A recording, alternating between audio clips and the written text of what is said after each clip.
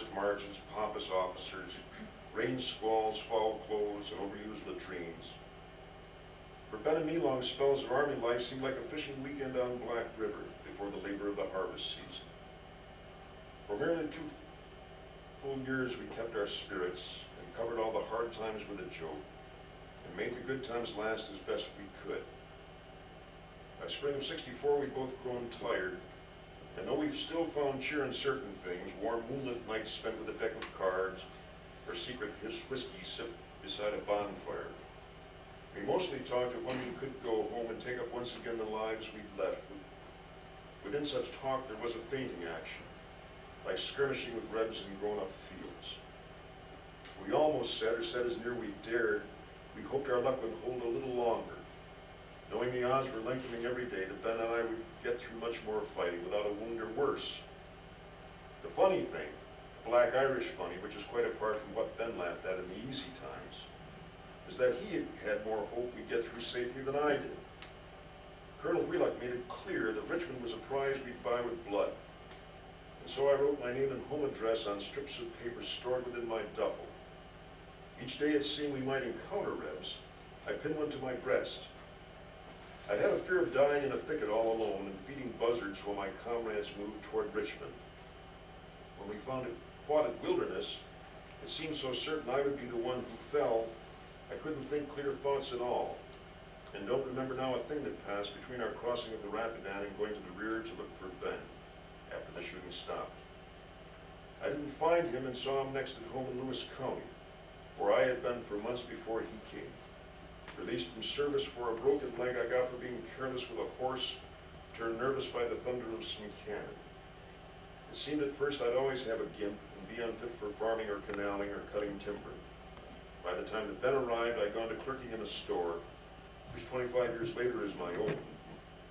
He was so pale and weak I felt remorse about the Irish luck that saw me through, but then I saw that Ben was truly pleased to find me well and safe.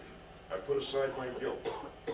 Until he died in '68, I stayed his chum and helped him as I could. But when he finally ended, I was married and had 10 sons to occupy my thoughts. For 6 months now, I've had Ben on my mind as one I choose to meet with that reunion. To mark a quarter century since the war, the years that were so hard and still as good as anything I've had in youth or later, shared with a chum I almost had forgot, until there came a time for taking stock.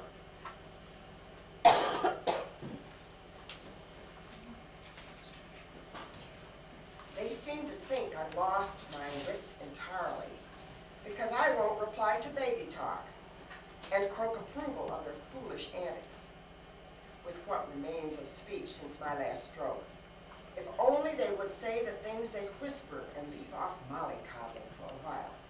I think I could be cheerful as they wish, show pleasure at a birthday celebration such as we had today, and try to live until I see how Bobby's babies do. When General Pershing sent him home safely to marry Nan, who'd waited through the war without complaint, I felt I'd had enough and couldn't ask for more than 50 years without a grief, except the loss of Robert. But now I find I have a will to live until I know the children are all right. The boy at least won't have to think of fighting.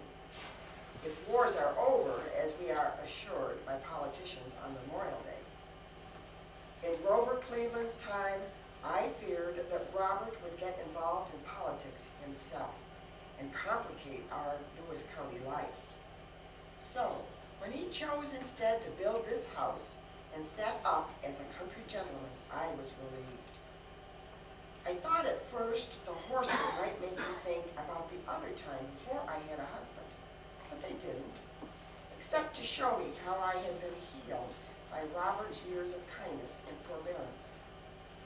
It pains me now to think I once delighted in spurning him because I favored Ben. As if the books he'd read at Union College or fancy clothes bought for him by his father were cause enough for making him unhappy, who filled his life without a cruel act. I think this country makes us kind or cruel. We have the choice to live in tolerance of wilderness we'll never overcome, and must fight steadily to keep the ground we've taken. choose to be content and labor in good cheer, without belief that we can do much more than hold our own against the forces of nature, the forces nature brings to bear, kindness will follow. Some folks seem convinced a maddened effort, kept at long enough, will push both wilderness and winter back to stay. Such thinking leads to too much drink, which turns the kindest human cruel in time.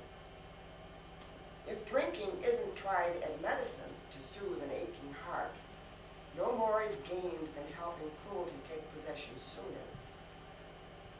In any case, I've always lived with kindness, and see it now in Bobby, who came home from war unblemished by the things he'd seen. He treats me still as if I had some sense, and gives me sips of port when no one's looking. Why shouldn't I prefer him to the others who think that weak birch tea's a good treat as port wine mulled with cinnamon and cloves? In half an hour, they'll take me off to bed and call me Ruthie, like a little child, and come downstairs to have their pork or punch, content they gave their grandma a good birthday. Not understanding how I'd like to stay another hour and have a glass myself. It's good for circulation, some folks say, and might protect me from another stroke for half a decade, time enough to see the babes grow past measles, whooping cough, and other fevers frightful in these winters. I'd like to stay and see. When I was 60, I felt I was already old and thought my trial in youth had drained the strength it took to last much longer. Then when Robert died, I didn't want to last and be alone. But now the only loneliness I feel results from being treated like a baby. When what I want is simple tolerance, to last as best I can until I see another generation underway, to justify the man who shared my life and made it quite complete, when others thought my chance was spoiled, and all I could expect was spinsterhood, I'd more than halfway earned, because I chose to finish first with Ben.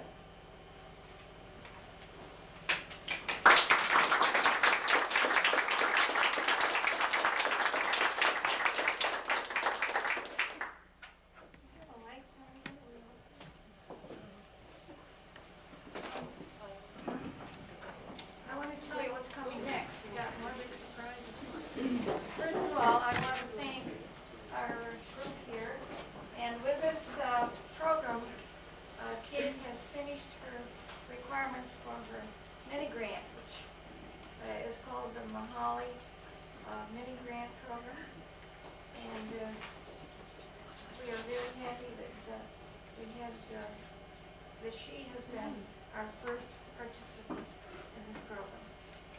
Any of you who have know of any people who want to apply for a grant to do some thing about Lewis County history, we hope that you will put them in mind of this program. We hope it keeps going on and on. I want to thank Marty McDowell for helping me with the editing of the book.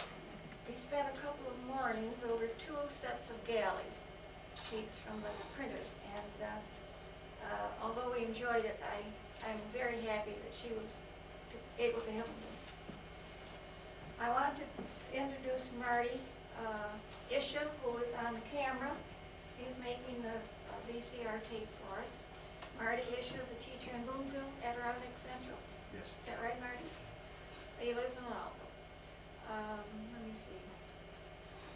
I want to thank the hostesses who are going to help us today. That's Rosemary, Foy, and Marie Mita. They're going to be at the punch tables. There will be people upstairs. Well, if people want to go up and see the exhibits up there, I know Betsy will be upstairs, right? I also want to thank Tom Kelly. Where's Tom? Here. Way in the back. Okay. Tom Kelly and Ollie Smith for bringing September flowers into the museum today. I think you'll agree that it looks very beautiful with all the flowers we have. Now, yes. Vivian, I was gonna say before, we have, if you go upstairs, you'll see we have an exhibit up there on logging and log drives. And October 16th, we're going to have another real good program down here. It'll be at the library. And we'll probably have 7 or 8 people who are real familiar with that whole operation that are gonna speak and show tapes, and it's gonna be real good, so I'm All reminded right, of that. thank you. Now, I think we'll fold up some of these chairs, we'll leave a few up, and so we can move around a little easier. So if you just want to fold a chair up and put it on the side, we'll leave some room. Because at about 20 minutes, May Wetmore is coming to play the piano for us. So I thought it was a shame to have this beautiful piano here and not have somebody playing it. And May Wetmore is does a lot of it. She goes to the nursing home. She also plays at the Elks Club on Friday nights. So she'll be here pretty soon. So don't go away without listening to all we have to offer. Very good. Somebody Somebody's asking about books for sale? Yes. Jack Gravely will be at a table someplace around here very shortly with books to sell. And also people have asked me about renewing their memberships. So Barbara, will you have those things ready for us? Okay, give us a few minutes to get the tables ready and we'll have refreshments. Okay, thank you very much for coming. Very good.